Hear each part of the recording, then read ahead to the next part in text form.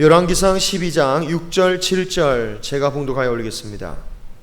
르호보암 왕이 그의 아버지 솔로몬의 생전에 그 앞에 모셨던 노인들과 의논하여 이르되 너희는 어떻게 청구하여 이 백성에게 대답하게 하겠느냐? 대답하여 이르되 왕이 만일 오늘 이 백성을 섬기는 자가 되어 그들을 섬기고 좋은 말로 대답하여 이르시면 그들이 영원히 왕의 종이 되리이다 하나. 아멘. 누구의 말을 들을 것인가? 라는 제목으로 말씀드립니다. 최근에 젊은 정치인이 대형 정당의 대표가 되면서 많은 화제와 기대를 가지게 했습니다. 오늘 본문에도 이스라엘의 새롭고 젊은 왕이 등장합니다. 이 솔로몬의 아들로서 41살의 왕이 된 르호보암입니다. 전부 다 눈을 이렇게 내리깔고 계신 것 같아요. 주무시는 분은 안 계시죠? 이 새로운 왕이 오니까 이 백성들이 참 그 기대에 차서 그의 탄원을 하죠. 그의 아버지 솔로몬이 백성에게 부여했던 그 고역과 무거운 세금으로부터 우리를 좀 가볍게 해달라라고 부탁을 합니다. 여러분, 이 백성들의 말을 들어보면 한 가지 참 아이러니한 점이 있습니다. 역사상, 인류 역사상 전무후무한 지혜를 가졌다고 하는 솔로몬, 그 솔로몬이 통치하던 시대의 백성들은 오히려 무거운 고통과 짐으로 힘들게 살았다라는 거죠. 도대체 어떻게 그런 일이 벌어질 수 있을까요? 이것은 솔로몬이 그의 말미에 영적으로 타락했기 때문이었습니다. 열왕기상 11장을 보면 그는 무수한 이방의 공주들과 정략 결혼을 했다고 나옵니다. 아무리 이스라엘을 위한, 그 나라를 위한 정략적으로 한 결혼이라고 하지만 그것은 하나님께서 명백하게 금지하신 일이다라고 11장에서도 한번 다시 언급하고 있습니다.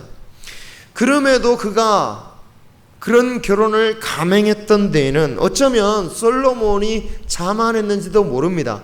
나는 정말 이 세상에 누구보다도 지혜로운데 내가 어리석은 일에 빠질 만큼 그렇게 어리석겠느냐. 자신의 지혜를 믿어서인지도 모르겠어요. 하지만 사도 바울은 이렇게 고백합니다. 고린도전서 1장 25절입니다. 같이 한번 읽어보겠습니다. 시작. 하나님의 어리석음이 사람보다 지혜롭고 하나님의 약하심이 사람보다 강하니라. 아멘. 이 말씀처럼 하나님의 경고가 옳았던 겁니다. 솔로몬은 결국 공주들에게 마음을 빼앗기면서 자신의 본분을 잊어버려요. 이 공주들 외에도 17명의 후궁들이 있었다고 하고요, 또 300명의 첩들이 있었다고 합니다. 그들이 솔로몬의 마음을 돌아서게 했다라고 해요. 그리고 그 지혜롭던 솔로몬이 우상을 섬기기 시작합니다. 온갖 신들에게 제사를 드리는 것은 물론이요, 그 이방 여인들을 기쁘게 하기 위해서 그들이 믿는 우상의 신전을 만들어요. 그 외에도 자기가 사랑하는 여인들을 위해서 그와 같이 했다라고 말하고 있습니다. 여러분, 솔로몬이 지어줬다는 것이 솔로몬이 혼자서 지어줬다는 얘기가 아니겠죠. 결국은 백성들을 동원한 겁니다. 세금을 더 많이 거둔 거죠. 이스라엘 백성들은 솔로몬 왕이 직후에 20년 동안을 이미 예루살렘과 예루살렘 성전과 왕궁을 짓느라고 참 힘을 들였습니다. 물론 성전의 공사 같은 경우는 그 재료들은 이미 아버지 다윗 때부터 미리 준비했기 때문에 부담이 그래도 덜했을 거예요. 그리고 다른 나라들까지 협력했기 때문에 그 어려움이 덜했을 것입니다. 하지만 이와 비슷한 비슷한 규모의 공사들이 여러 번 다시 반복했다라는 것은 이스라엘 백성들에게 굉장히 큰 고통을 줬다라는 거죠. 게다가 하나님은 이 타락한 솔로몬을 깨우치기 위해서 대적자들을 3명이나 붙이셨는데, 그래서 막 반란도 일어나는 환란을 겪게 하셨는데 결국 누가 피해를 보겠습니까? 백성들이 곤란한 거죠. 솔로몬이 영적으로 타락하기 시작하니까 백성들이 큰 고통을 당했다라는 것을 보면 참으로 어느 단체나 어느 가정이나 그곳을 이끄는 가장이, 지도자가 영적으로 바로 서야 된다라는 것을 볼 수 있습니다. 이 가장이 또는 가정에서 중요한 사람이 미신을 믿고 엉터리로 믿을 때 자기 자신만이 아니라 자신의 가족이나 관계된 사람들까지도 엄청난 고통을 주게 되는 거죠. 바라기는 우리의 신앙이 정말 가정에게 복되고 짐이 되지 않는 우리 모두가 되기를 소망합니다. 자, 그런데 솔로몬 시대에 그렇게 살기 힘들었다면 왜 백성들은 그때 솔로몬에게 탄원하지 않았을까요? 왜 새로운 왕이 되어서야 새로운 왕이 왕이 등극하여서만 그들이 찾아올 수 있었을까요? 여기서 또 한 번 느끼는 안타까움이 있습니다. 솔로몬이 우상을 숭배하는 죄뿐만 아니라 자신이 처음 왕이 되었을 때에 정말 하나님께 엎드리면서 기도하면서 하나님께 구했던 그 은혜마저 다 사라졌다는 것을 알 수가 있어요. 여러분, 솔로몬이 기브온 산당에서 1000번제를 드리면서 기도했던 그 지혜가 무엇이었습니까? 하나님께 구했던 지혜는 이것이었어요. 듣는 마음을 주시옵소서. 듣는 마음을 주시옵소서. 그것도 주의 백성을 잘 재판하기 위해서 달라고 했던 것입니다. 그래서 처음에 솔로몬이 통치하는 모습을 보면요, 정말 백성들의, 가장 낮은 백성들의 소리도 듣는 모습을 보여요. 아기의 엄마가 누구냐를 밝혔던 그 유명한 사건에서 그 솔로몬이 그 놀라운 재판을 심판할 수 있었던 것은, 그 비결은 어디에 있었습니까? 그 두 여인의 말을 들었기 때문에 그래요.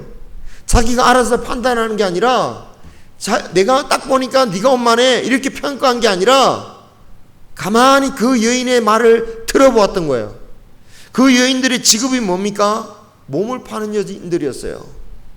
당시에 누구도 그런 사람들의 말을 들을 가치 없는 그런 여인들이었단 말이에요.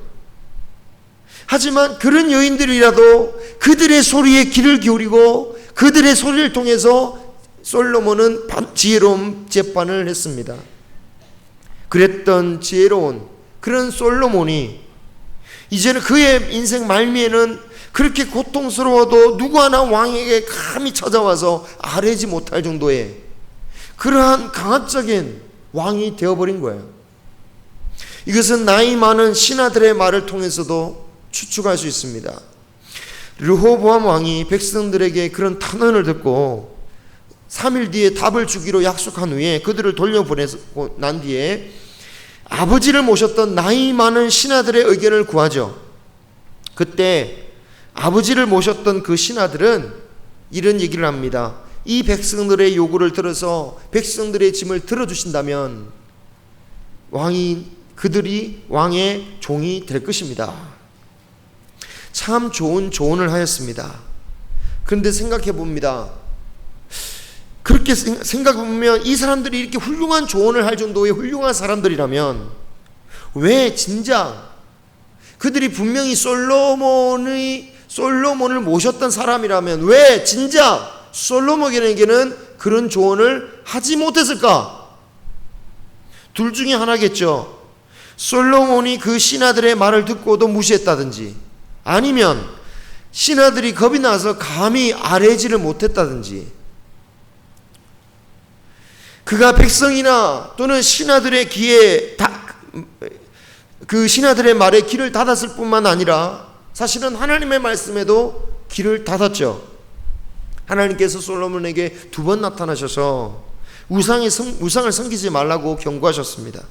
하지만 솔로몬은 듣지 않았어요. 도대체 그가 기브온 산당에서 그렇게 구했던 하나님이 정말 기뻐하셔서 그 기뻐하신 마음에 솔로몬이 구하지도 않았던 장수의 복과 재물의 복까지 주셨던 그 기도 제목, 듣는 마음을 주옵소서, 그 주하나님께서 주셨던 그 듣는 마음은 어디로 사라져 버렸을까요? 여러분, 결국 하나님께서 주신 그 귀한 축복도 그의 믿음이 사라지니까 상실될 수밖에 없다라는 거예요. 하나님 부요함은 어떻습니까? 하나님께 잘 믿어서 부요해졌습니다. 그런데 믿지 않았어요. 그러나 부요함이 금방 사라지는 건 아니더라고요. 그런데 여러분, 믿음을 잃어버린 사람의 부요함은 재앙과 분쟁의 원인이 되기도 합니다. 하나님께서 이런 솔로몬을 보시면서도 다윗을 위해서 솔로몬 당대에는 벌을 내리지 않으시겠다라고 말씀하셨어요. 그 후손에게 내가 벌을 내리시겠다라고 말씀하셨어요. 그 벌이란 것은 이스라엘 지파들 중에 유다 지파를 제외하고는, 물론 베냐민 지파의 일부가 남았지만 베냐민 지파는 사사시대 때 거의 전멸하다시피 한 너무너무 미약한 지파였죠. 그러니까 유다 지파를 제외한 다른 모든 지파들이 다 너를 떠나서 다른 왕을 섬기게 될 것이다 라는 말씀을 하셨죠. 여러분, 솔로몬이 그 이야기를 들으면서 히스기야가 그랬던 것처럼, 그래도 내가 최소한 내가 살아있을 동안에는 그 꼴을 보지 않아서 참 감사하다, 그래도 다행이다 라고 생각했는지는 모르겠지만, 사실은 그것이 축복일 수도 있고 아니면 불행의 씨앗이 될 수도 있다라는 거예요. 하나님께서 저주가 아들 때에 있을 것이다 라고 하신 것이 축복이 될 수도 있는 이유가 뭡니까? 그것은 솔로몬이 죽기 전에 회개할 때 해결된다라는 거죠. 하나님께서 돌이키실 것이기 때문입니다. 아직 기회가 있다라는 거예요. 솔로몬이 돌이키면 하나님께서는 심판을 더욱더 유예하시든지 심판을 다시 그를 구원해 주시든지 하실 겁니다. 하지만 만약 그가 죽을 때까지 돌이키지 않는다면 하나님께서 유예시켜 주신 것은 솔로몬의 아들과 그 후손들을 불행하게 만드는 씨앗이 될 거예요. 이 말씀은 그러면 솔로몬이 회개하지 않으면 르호보암이 무조건 그 아버지 때문에 심판을 받게 되는 거냐? 그것도 아닙니다. 왜냐하면 르호보암에게도 돌이킬 수 있는 기회를 주셨기 때문에 그래요. 만약 솔로몬의 죄로 인해서 그 예언대로 반드시 아들이 심판받아야 된다라고 했다면 굳이 르호보암에게 선택할 수 있는 기회를 처음부터 주시지 않으셨을 거예요. 그 선택할 수 있는 기회가 뭡니까? 백성들이 하소연하러 왔을 때가 바로 기회다라는 거예요. 만약 그가 그 백성들의 조언의 길을 열었다면, 신하들의 말의 길을 열었다면 결과는 얼마든지 달라질 수 있었을 것이다 라는 거죠. 여러분, 이와 관련돼서 가계, 즉 집안 내력에 흐르는 저주라는 그런 말을 하는 분들이 있어요. 저주는 대물림된다. 하나님을 제대로 안 믿는 사람이 있으면 그 뒤에 있는 사람들은 다 저주받고, 하나님 복을 받는 사람 집안에 있으면 다 축복을 받고, 그렇게 말하는 거예요. 성경에, 그런데 그런 예들이 있죠. 성경에서나 현실에서나 자주 이 저주 같은 일들이 대를 이어서 막 이어지는 경우들이 있습니다. 하지만 그런 예가 있다고 해서 성경이 그럴 수밖에 없다, 저주가 내릴 수밖에 없는 집안이 있다라고 말씀하시느냐? 그렇지 않다라는 거예요. 아무리 저주받은 가정이라도 회개의 역사가 그 가정 가운데 일어날 때에 하나님은 그 가게를 얼마든지 회복시키시고 되돌리신다라는 거예요. 여러분, 심판의 저주를 받았지만 요나의 외침에 회개했던 니느웨 사람들이 용서받았지 않습니까? 이스라엘 역사상 최고의 악인이라고 하는 아합왕조차도 그가 눈물로 회개하셨을 때 하나님께서 돌이키셨어요. 무엇보다도 우리 모두는 사실 죄에 마땅히 심판받을 죄인들이었습니다. 우리는 다 심판받고 저주받을 운명들이었어요. 우리는 그렇게 될 운명이었습니다. 하지만 하나님께서 자신의 외아들을 내어주심으로 말미암아 우리의 운명이 바뀌어진 존재들이라는 거죠. 그렇기에 르호보암 왕에게도 아직 기회가 있는 거예요.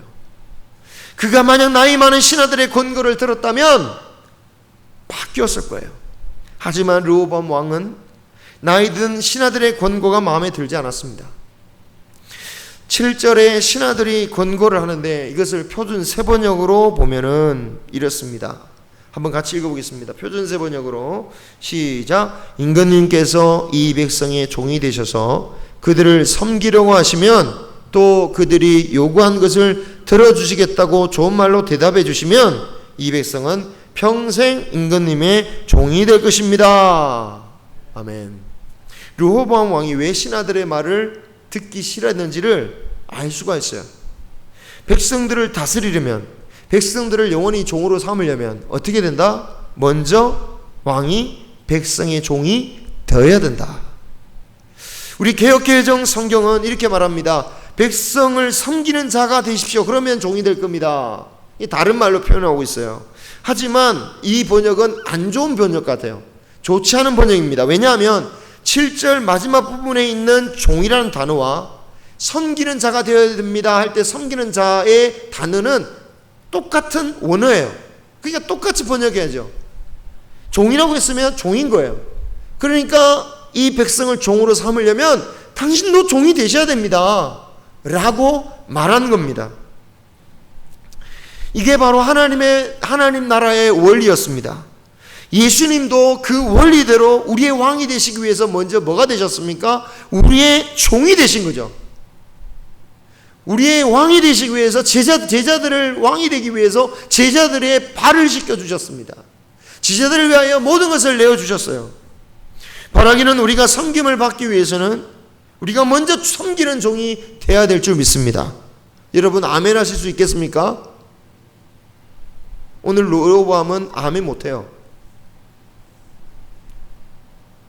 르호보암은 아멘을 못합니다. 오히려 불쾌한 거죠. 이런 신하들의 조언이 불쾌해요. 왜냐하면 자신이 선망했던 왕의 모습이 아니거든요. 그가 바라보던 왕의 모습, 자신이 바라던 왕의 모습은 어떤 모습이었을까요? 아마 아버지가 누렸던 그 모습이 기준이었을 거예요. 그 아버지 솔로몬이 노년에 보여줬던 백성들과 신하들이 꼼짝도 못해서 아무 말도 못했던 그러한 절대 군주의 모습. 그러면서도 자기 즐길 대로 다 즐기고, 그러면서도 누릴 축복은 다 누릴 수 있는 그런 솔로몬의 모습. 그도 그럴 것이 그가 41살의 왕이 됐거든요. 솔로몬 왕이 총 40년을 통치했습니다. 그러므로 그가 태어났을 때 왕이 된 거예요. 초창기의 모습은 기억하지 못하거나 보지도 못했을 겁니다.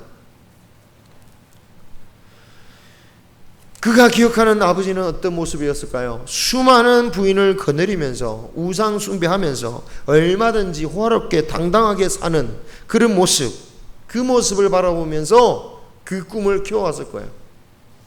실제로 르호보암이 한 일이 뭐냐? 후대에 솔로몬이 한 일들과 굉장히 비슷합니다. 17명의 아내를 두고요, 60명의 첩을 둡니다. 그리고 여러 산당과 아세라상을 세우기도 해요. 그런 아버지 밑에서 떠받들던 신하들이 지금에 와서야, 그런 솔로몬을 떠받들던 신하들이 이제 와서야 자신에게는 다른 소리를 하니까 그들의 조언이, 그들의 자문이 귀에 들어올 리가 없는 거죠. 그래서 그는 나이 많은 신하들의 자문을 버려버리고 자기와 함께 자란 어린 사람들에게 자문을 구하고 있습니다. 여기서 함께 자랐다라는 말은 그들이 왕실 가까이에 머물면서 온갖 특권을 누렸던 사람들이라는 것을 알 수가 있죠. 그들은 자신들의 살 길은 백성들을 위한 살 길이 아니었습니다. 그들이 살 길은 백성을 위한 길이 아니라 권력의 비를 맞춰주는 것이 자신들이 살아가는 방법이었어요. 백성들이 강제 노역에 시달리건 과정한 과세 부담에 허리가 휘둘리던 그들이 알 바가 아닙니다. 그냥 자신들이 잘 살면 되는 거예요. 그렇기 때문에 그들이 왕에게 하고 싶은 말은 뭡니까? 자신들이 하고 싶은 말이 아니라 왕이 기뻐할 만한 말, 왕이 듣고 싶어 할 말, 그런 말을 하는 거죠. 그래서 그들은 백성들에게 더욱더 강하게 나가라, 기근을 제압해서 왕에게 꼼짝도 못하게 해라. 솔로몬보다 더 강하게 한다라고 말해라 라고 했죠. 그리고 결국 이것은 르호보암이 원했던 바였습니다. 여러분, 르호보암이 왜 이런 강압적인 선택을 했을까요? 왜냐하면 솔로몬이 그렇게 백성들 가운데서도 잘 먹고 잘 살았기 때문에 그래요. 향락과 우상 숭배를 하고 강압적인 정책을 하면서도 잘 살았기 때문에 그래요. 그러니까 르호보암 보기에 뭐라 생각합니까? 야, 이렇게 르호보암처럼 하고 솔로몬처럼 아버지처럼 마음대로 저렇게 즐기면서 살 수 있는 방법은 아버지가 했던 것처럼 나도 아무도 꼼짝 못하게 하면 되겠구나. 그리고 솔로몬 시대보다 더 좋은 시대로 만들려면 아버지가 했던 것보다 더 강력하게 하면 되겠구나. 그래서 더 강하게 백성들을 압제해야 된다라고 생각한 거죠. 여러분, 앞서 말씀하신 바대로 하나님께서 솔로몬을 그 당대에 심판하지 않은 것이 축복일 수도 있지만, 하지만 그것이 불행의 씨앗일 수도 있다라고 했는데, 결국은 솔로몬이 그렇게 엉터리로 살아도 잘 먹고 잘 산 게 결국 르호보암에게는 돌이킬 수 없는 판단을 하게 만든 것입니다.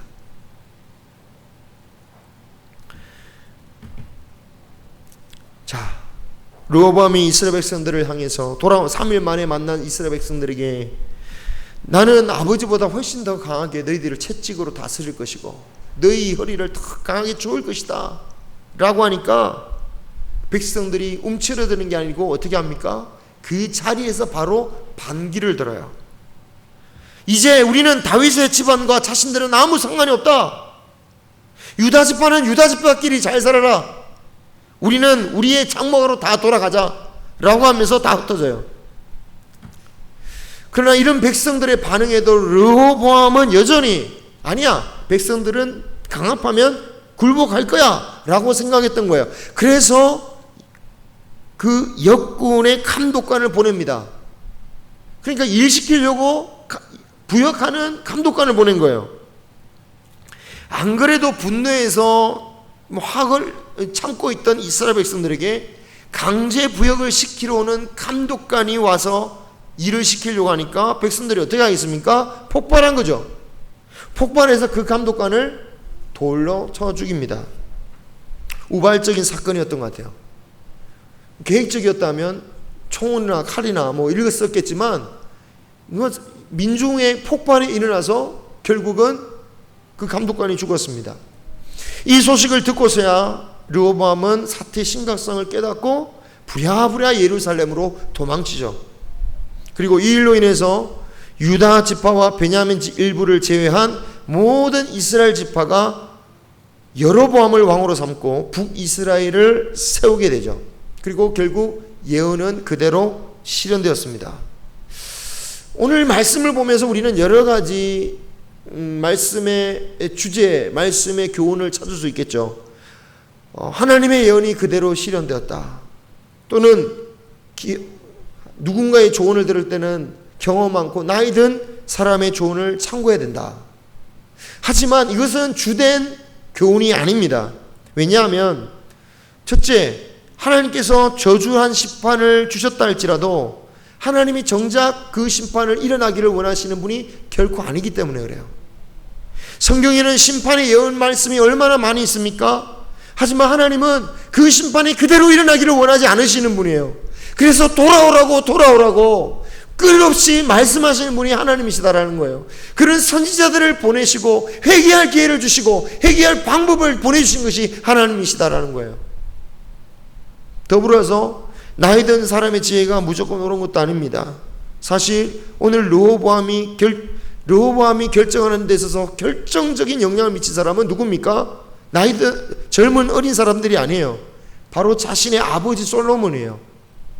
나이 누구보다도 많았고 누구보다도 지혜롭다고 누구보다도 경험 많다라고 했던 솔로몬 보면서 그 꿈을 키워왔던 거예요. 우리가 붙잡아야 할 게 뭡니까? 우리가 르호보암 같은 상황에 임할 때 우리는 어떤 기준으로 누구의 말을 들어야 되고 어떤 조언을 선택해야 됩니까?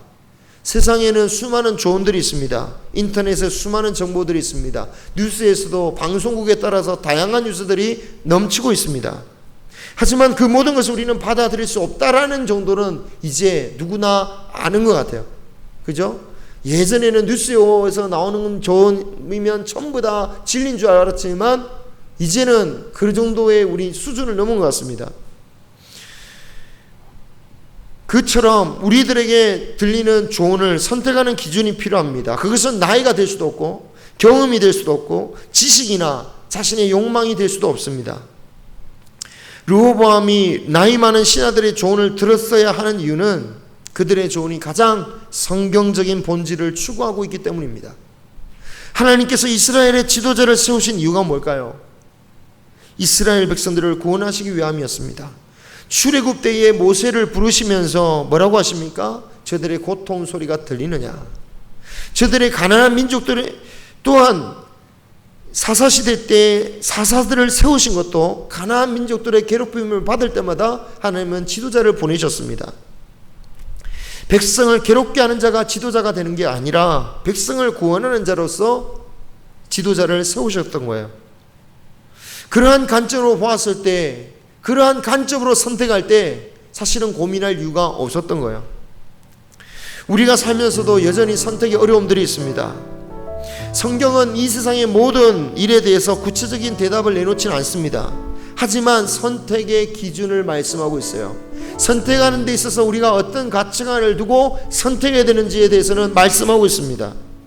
그 본질을 생각할 때 분명해질 때가 있어요. 어떤 이들은 불법적인 일을 하면서도 그것이 자신에게 이로우니까 이 일을 해야 될지 말아야 될지 기도하는 사람이 있습니다. 그건 기도할 문제가 아니죠. 하나님 말씀 앞에 순종할 일입니다. 때로는 성경적으로 답이 분명한데도 내 마음이 용납하지 못하니까 그 일을 따르지 못하고 고민하면서 기도하는 사람들도 있어요.